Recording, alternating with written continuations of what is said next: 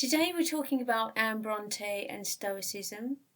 Anne Brontë wrote Tenant of Wildfell Hall, and she also wrote Agnes Grey, and relate it to your experience and hopefully gain something from that.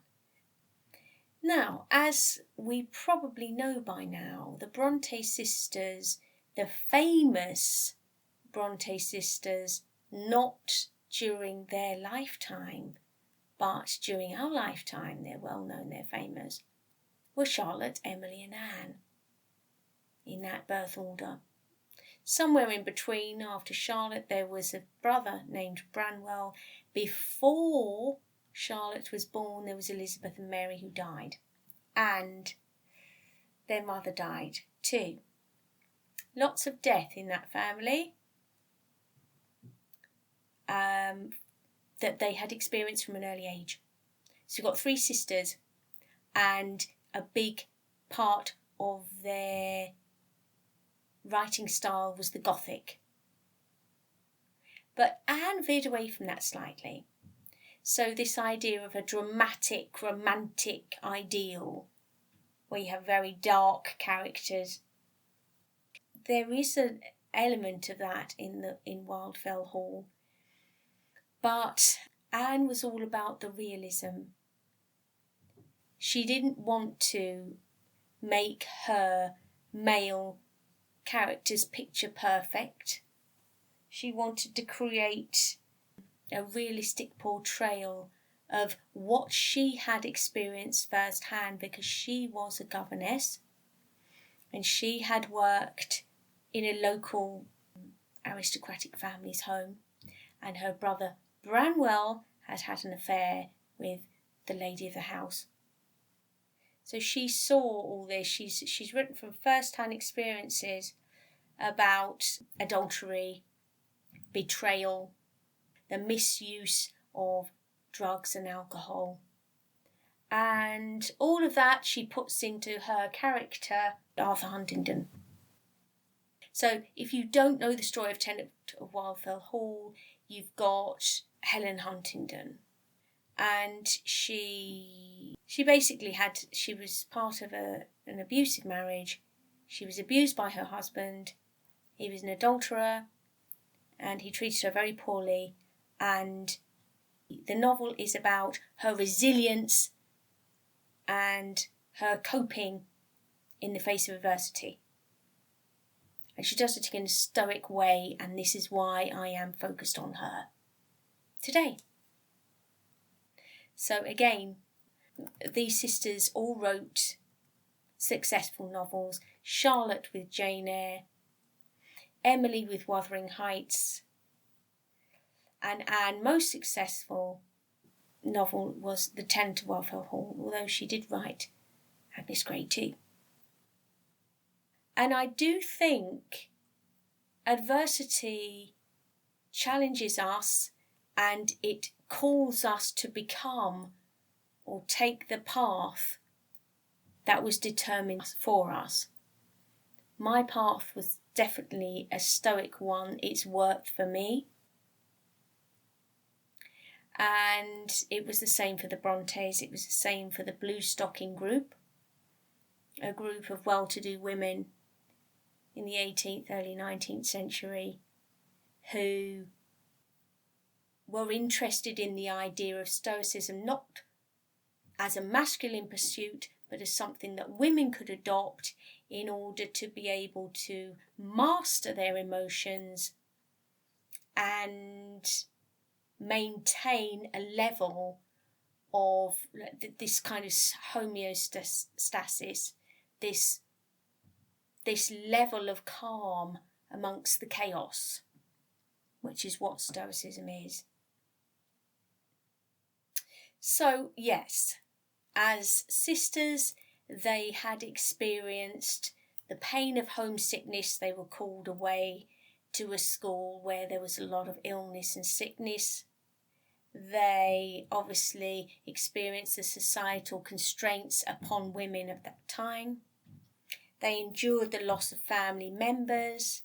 They had to they weren't particularly well to do, so they had to find an income, so they had to go out and work, and that was difficult, challenging when you were asked to be a governess or somebody within someone else's stronghold, if you like, i.e. their estate. You don't really have much safety as a woman at that point. You are relying on the morals and values of the master of the house, the safety within. You are hoping that the people around you will be kind and just allow you to do your job. So there are very many elements that are external elements to these sisters that they have to keep at a distance and protect themselves from. And obviously with that as well becomes demanding children, a lack of support from employees. The employers just want you to fix everything. They had limitations on their education, of course, because they were women, but their father was a clergyman and they had access to a lot of novels and a lot of literary works, both fictional and non-fictional. So this helped them with their studies. And of course, women weren't really taken seriously as writers at that time, so they had that challenge too. Charlotte's first novel was rejected by publishers, and they ended up publishing under pseudonyms, which were male names. So, as all of this, along with the health problems, along with the threat to young health, the constant threat, and watching people around them dying of consumption and the various illnesses that feature in their novels, it was quite a tough time. We think we got it bad. It was tough. And they battled on through and produced these wonderful works. Now, Tenant of Wildfell Hall did come up to critical acclaim for the simple reason that it is exposing the hardships. It is not sugarcoating the life of women of that time, whereas most romantic novels to some degree did. With Anne, she developed a stoicism because she had to persevere as a governess. They needed money within the home. So she was working as a governess for extended periods. And of course, you have to protect yourself during that time, as I've said before.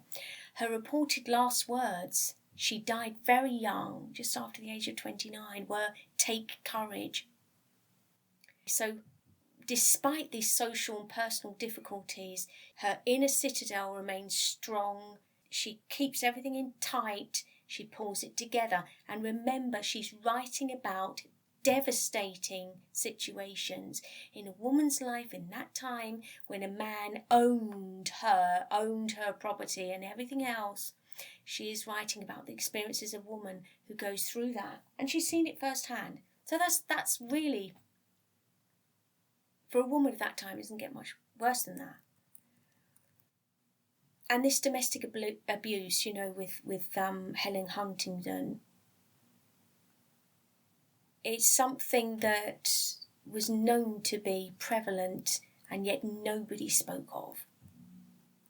So it was very, very brave. She had a lot of courage to put that in writing, hope that people would read it, And of course it mirrored her own spirit, that spirit of defiance.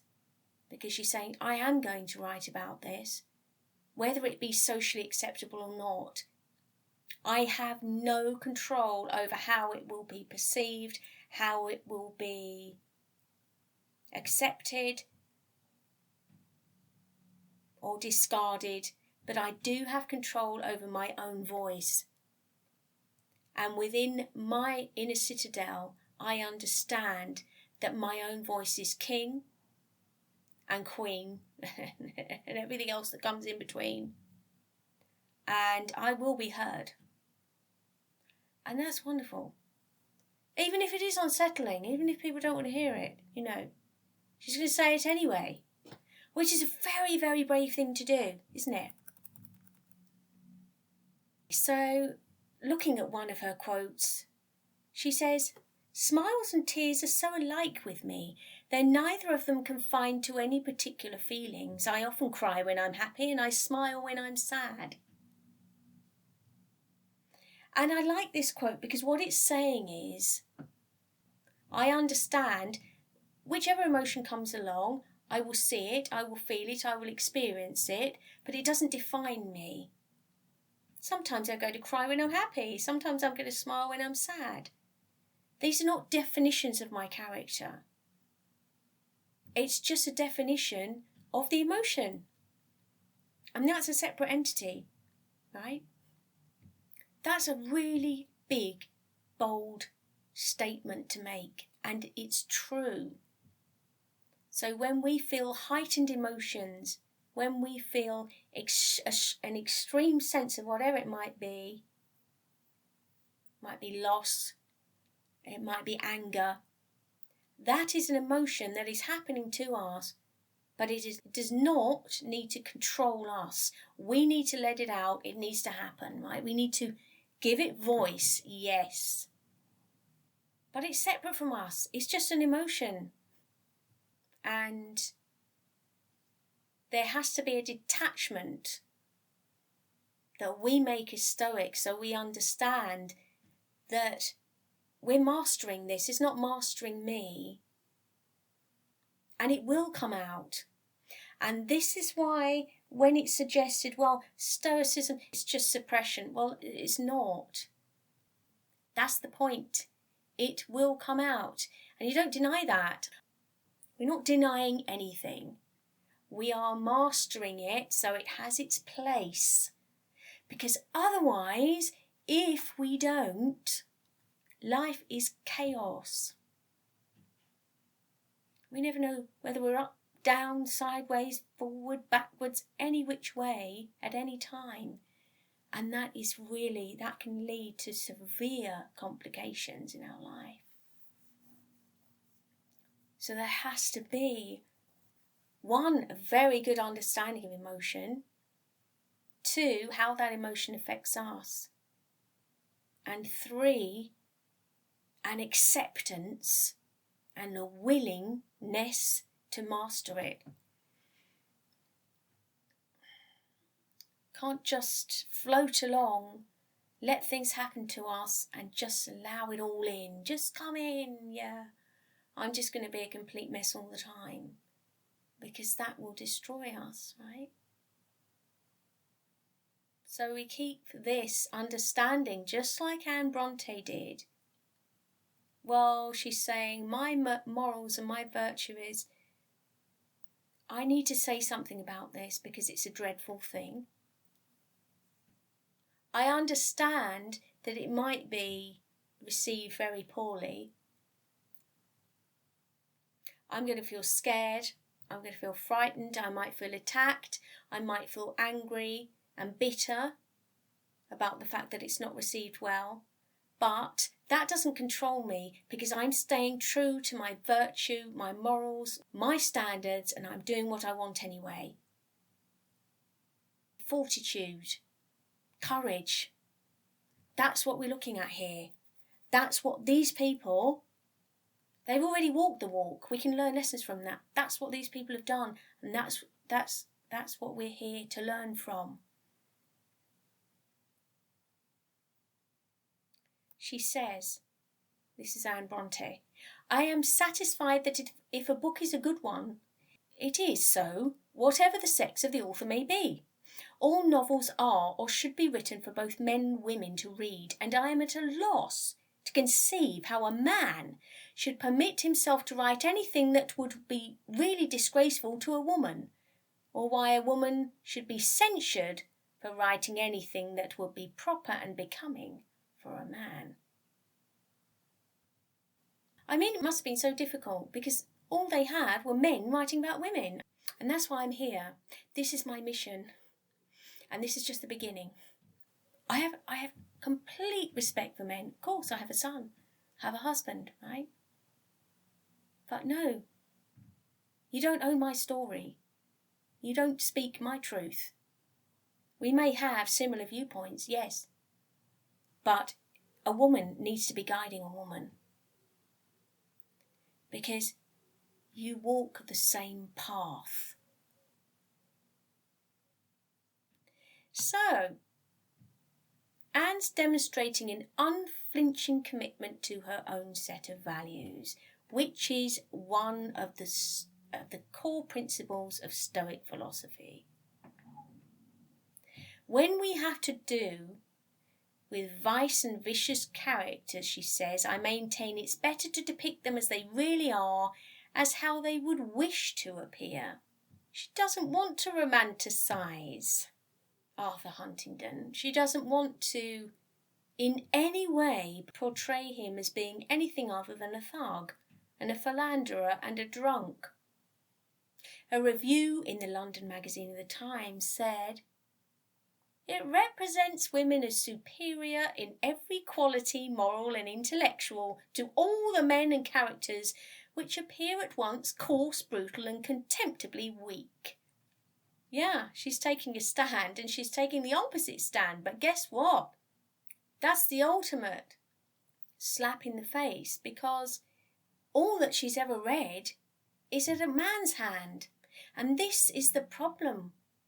This is why we should be discussing female literature more, because there's not enough record of it as there is. We have to grab hold of everything we've got and really digest that, because so much of it has been scratched, etched out of, burnt out of history. And I'm here to say, well, you know what, we've got more than the others had before, who lived before us, and the others had that lived before them. So let's really learn from this, right? To represent a bad thing in its least offensive light is doubtless the most agreeable course for a writer of fiction to pursue, she says.